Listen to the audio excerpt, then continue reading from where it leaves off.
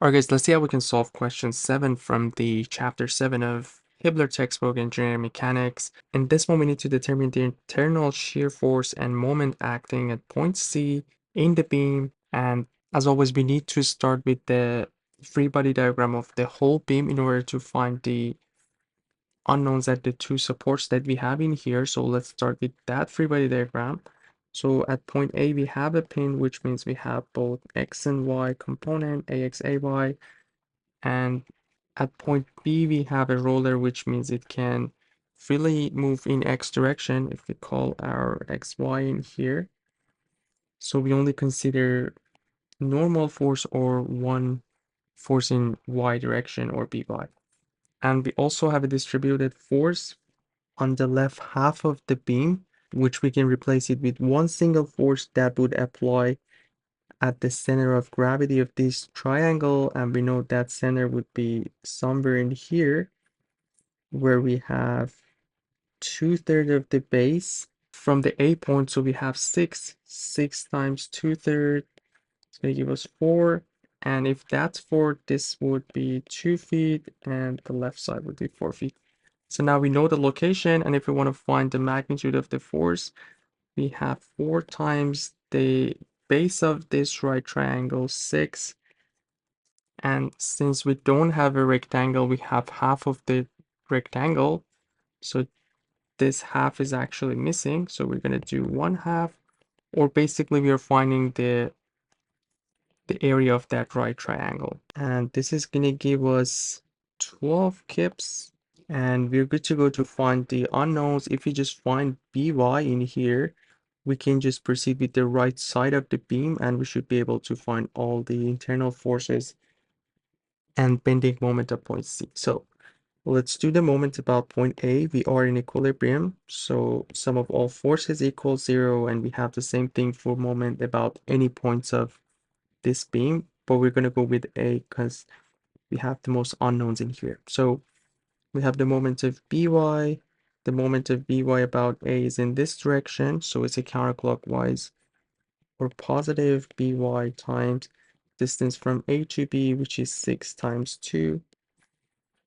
And we have the moment of our distributed force. This one's clockwise, so we have negative 12 times the distance to the A, which is the 4 feet that we found, equals 0. So our By would be 12 times 4 divided by 6 times 2. This will be cancelled with 12. And this will be 2. So we have 2 times 2, or 4 kips, as for our By. So now, as I mentioned, we can just go with this part of the beam in order to find all the unknowns at point C. So I'm just going to draw the free body diagram at that point C. And we have 4 kips applying to the other end of this beam. So we have one shear force. We can call it VC. We have a bending moment, MC. And we also have a normal force, NC. The question is not asking for that, but we can find it. So if we do sum of all forces in X, we only have NC and we are in equilibrium. This will be equal to 0. So there is no normal force. I'm going to do sum of all forces in Y direction. It's going to be 4 minus VC equals 0. So our VC would be 4 kip.